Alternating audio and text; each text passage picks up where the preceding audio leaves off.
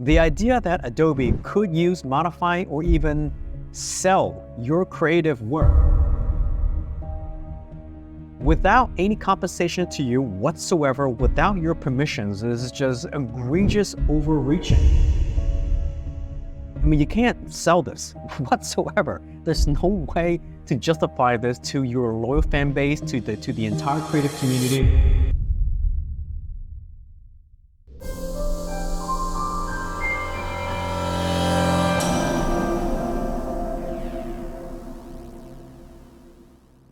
Welcome back to our channel. Today, we are diving into a story that is making its way around the internet, shaking up the entire tech industry. Of course, we're talking about the rise and seemingly fall of Adobe. Yes, that's right. Adobe, the powerhouse tech company that is behind the software Photoshop, Illustrator, Premiere Pro, you name it. What led to Adobe's meteoric rise and what recent events have caused its staggering decline? Well, let's find out.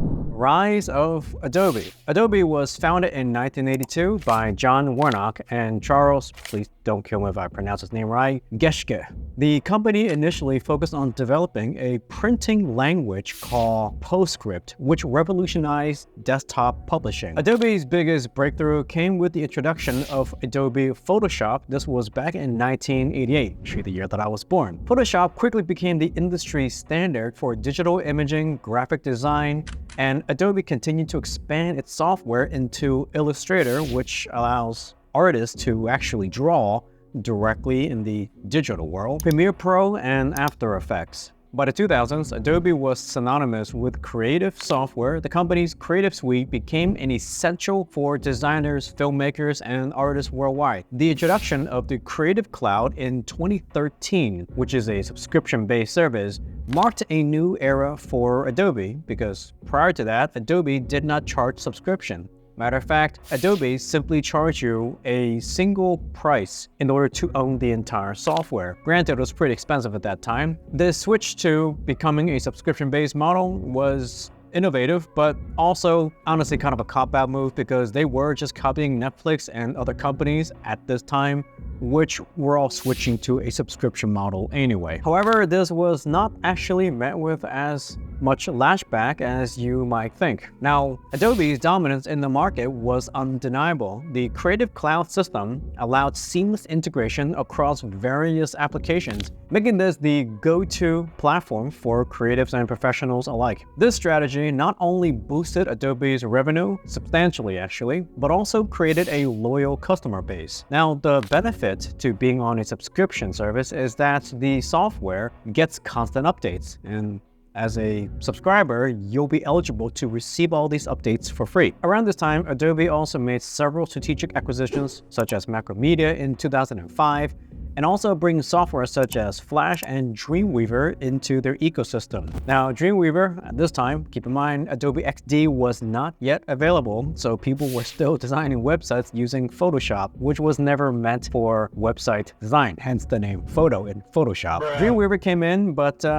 funny enough, people didn't actually like Dreamweaver all that much, and people still continue to use Photoshop for all their web design needs. Thank goodness Adobe created XD later on. Also, Adobe started hosting Adobe Max, which was the landmark events where the company showcased innovative new products, ideas, and features, which kept the creative community engaged and excited every single year. Now, this was before Apple events, so basically it was the Apple event, but for the creative community. Despite their success, Adobe faced growing competition and challenges. Open source alternatives such as GIMP and Blender started gaining substantial traction. Companies like Affinity began offering one-time purchases for their software instead of having a subscription. Now, this actually became very appealing because this was how Adobe actually started. So those who don't like Adobe's subscription model can go with Affinity's one-time purchase or go with free options such as GIMP and Blender. Competition is starting to brew. However, the real trouble for Adobe actually started in 2023 2023 when Adobe made controversial changes to their subscription model. They began hiking the prices, but instead of offering users new features, they actually locked certain features behind additional paywall, which actually forces users to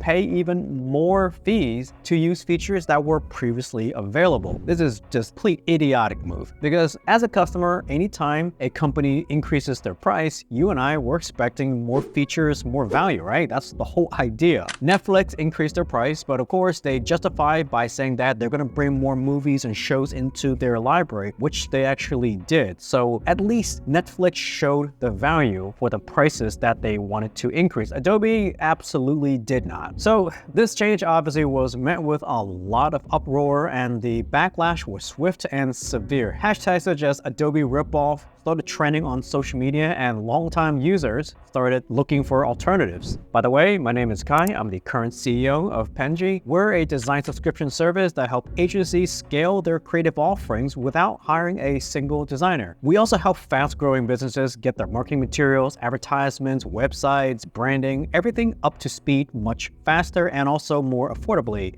All this without ever needing to hire a single designer. So what we do is we employ the top 2% of talents. We fully manage them, so that way you never have to look at a resume, review a portfolio. Everything is all done for you. So if you're interested, head over to penji.co right now and just enter in the promo code that is in the description and give us a try. Now, back to the video. Adobe's woes didn't end there. In late 2023, pretty much later on in the year, the company faced yet another massive data breach, this time exposing millions of user accounts and sensitive information just spread all over the internet. The incident severely damaged Adobe's reputation and, of course, raises concern about their security practices, how this even happened in the first place, what's going to happen to all of our data that's now being leaked onto the internet. As if that wasn't enough, Adobe's response to the breach was criticized for being atrociously slow and just inadequate. Users felt pretty much abandoned by Adobe. Now, this is an interesting point because the idea of paying Adobe a monthly subscription fee is so that way they have the resources to protect you and also be more prompt with situations like this. That was not the case. Users felt abandoned and trust in the company completely plummeted. But of course, not to be outdone, Adobe once again outdid themselves and created yet another controversy, this time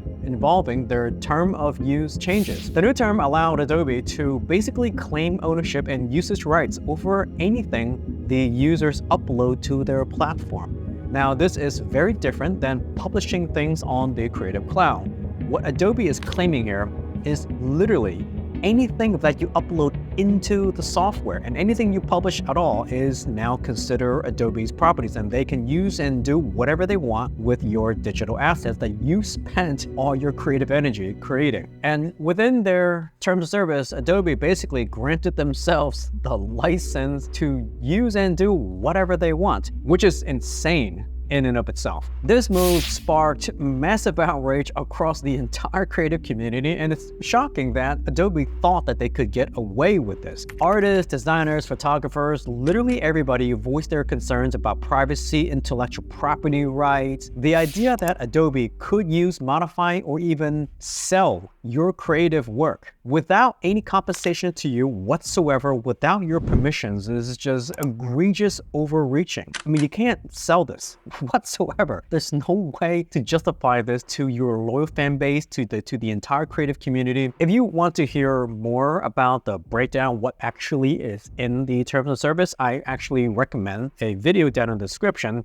by Sasha Yanshin. He created an amazing video and he's very angry, expressing his frustration, but he goes very in-depth, line by line, with exactly everything that is wrong with their terms of service. So highly recommend you check him out. Again, the link is going to be in the description. Legal experts weigh in, pointing out potential violations and copyright laws, questioning the ethical implications of such terms. Every user felt betrayed, seeing this as an exploitation of their hard work. Now, to no one's surprise, Adobe is probably going to use your work, your hard work, in order to feed their AI, which one day is going to replace you. So we're all mad. Social media erupted with criticism and petitions demanding Adobe to revoke these changes garnered thousands of signatures. The hashtag, once again, Adobe owns you, trended worldwide and highlighted the extent of just users' dissatisfaction with the company. Despite the lashback, you would think that at this point, Adobe would have learned their lesson, especially when it comes to PR, and they would know how to handle this. Adobe, instead of listening to the cries of the creative community, decided to instead double down on their terms of service, defending the terms as necessary for improving services and software functionality. It's a load of crap. However, the damage was already done and users have already began fleeing Adobe in droves. So if you are a creative software out there right now, by all means, now is the time to launch, my friend. People are seeking more user-friendly and respectable alternatives, especially companies that aren't going to take advantage of them the way that Adobe just did. This is the fall of a giant.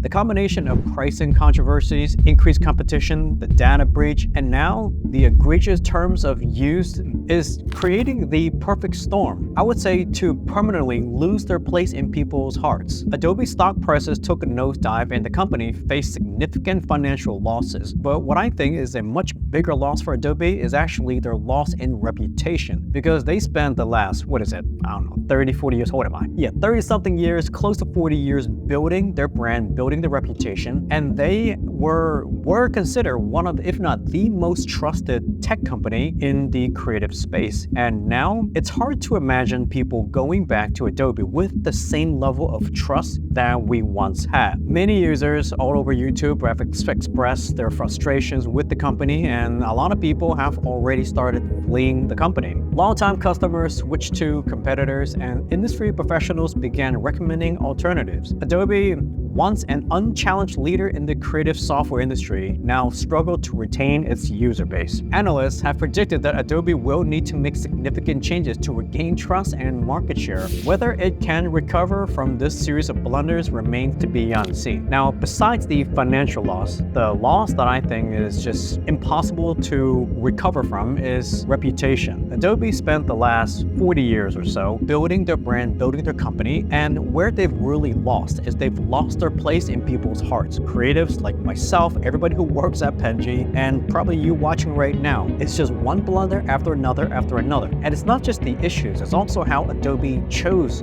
to handle each of these situations that really makes you question, do they still care about creatives? Have they lost their way? Have they lost their vision as a company that champions creatives like us? And that's the story of Adobe's rise and fall. What do you guys think Adobe could have done differently? Let us know in the comments below, and don't forget to like, share, and subscribe for more videos like this. Thank you again for watching. My name is Kai, current CEO of Penji, and I'll see you guys in the next one.